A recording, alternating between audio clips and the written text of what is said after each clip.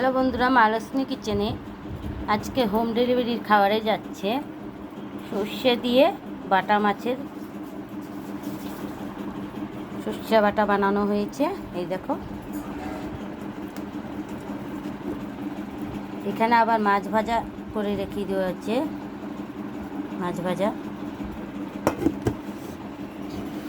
মিষ্টি কুমড়ার ঝাল, করলা আলু ভাজা,